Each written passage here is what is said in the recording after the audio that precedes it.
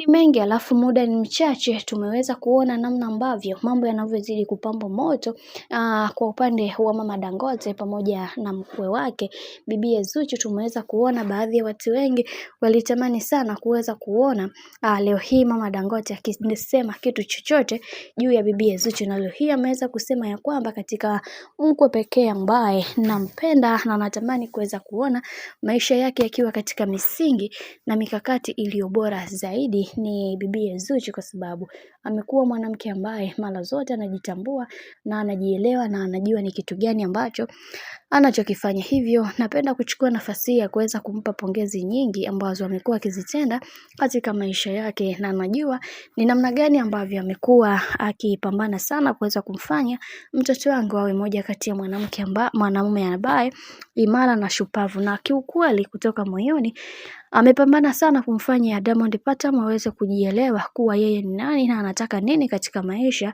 Hivyo sina budi kuweza kumpongeza kwa hatua kubwa ambayo aliweza kuifanya kwenye hili, na tunaamini katika haya ambayo yanayoendelea Mungu pekee ndiye ambaye atakayeweza kusimama imara na kuhakikisha kila kitu kinakuwa katika misingi na mikakati iliyo bora zaidi. Najua kuna wengi watajiuliza maswali mengi juu ya haya ambayo yanayoendelea, lakini ukweli utabakia pale pale, maana kuna vingi ambavyo vipo na kila mtu anatamani sana kuweza kuvijua namna ambavyo atakavyoweza kusolve matatizo yake, na kila mtu anatamani sana kuweza kufanya watu wengine waweze kufahamu juu ya uhalisia wa bibi Zuchu pamoja na familia ya bwana mkubwa Diamond Platnumz. Kiukweli hili jambo limeweza kuwagusa watu wengi na kila mtu aliweza kumpongeza mama kwa hatua kubwa ambayo aliweza kuifanya na maamuzi mazito ambayo aliweza kuyafanya kwa bibi Zuhura.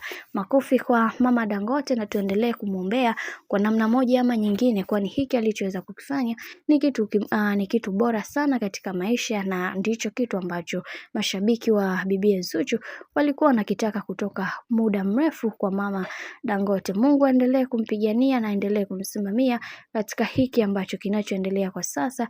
Tunaamini kila kitu kitakuwa katika misingi na mikakati iliyo bora kama vile ambavyo ilivyokuwa awali. Bwana, mambo ni mengi sana juu ya haya ambayo yanayoendelea kwa sasa. Mimi naomba nikukumbusha kitu kimoja, kama ndo mara kwa kwanza basi usisahau kusubscribe, kulike, kushare pamoja na kucomment. Sina la ziada. Wacha nikutakia siku njema na kazi njema.